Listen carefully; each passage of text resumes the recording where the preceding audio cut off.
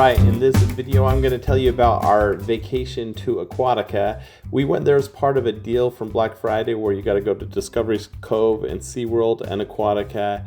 And coming into the park, it's just a really fancy park. Parking was a little more expensive than I expected at $35. But you get in, you can go right to the park information and see where everything's located.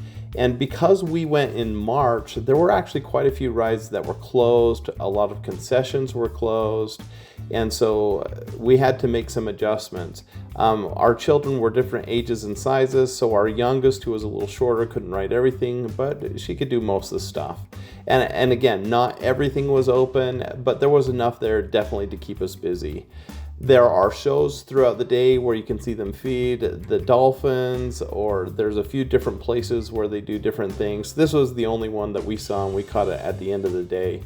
We started the day with the Reef Plunge, which is right when you get in. And this is one where you have two tubes and you can go down at the same time, and you'll go under the water where the fish and the dolphins are. The line there I expect is usually long, but because we went there at the beginning of the day, it was super short. So we did that first. My kids loved it. It's a pretty fast ride.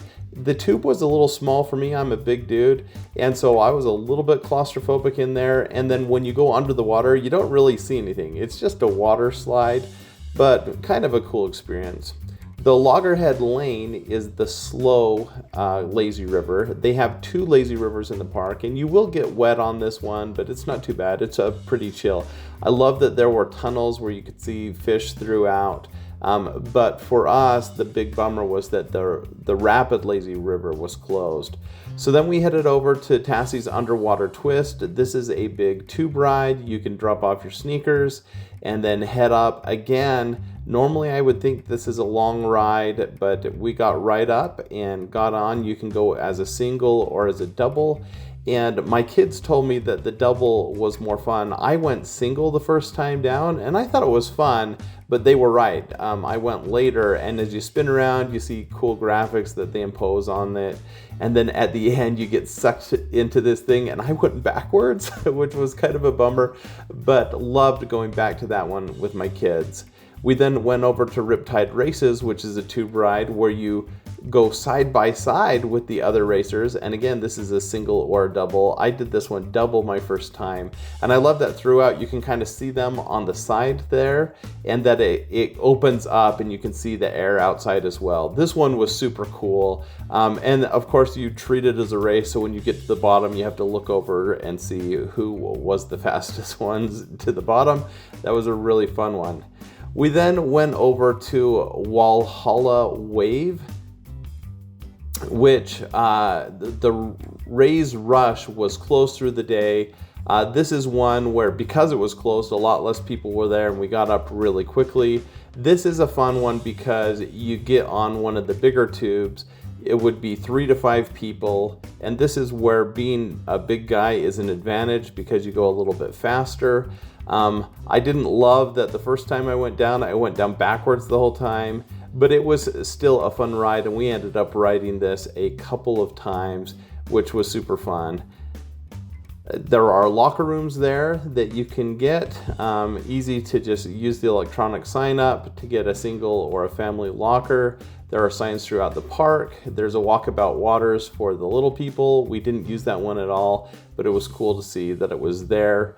The next thing we went on was the Taumata Racer, which this was a really cool one. It's one where you grab one of those little like disc floaty things and you just line up and you race down.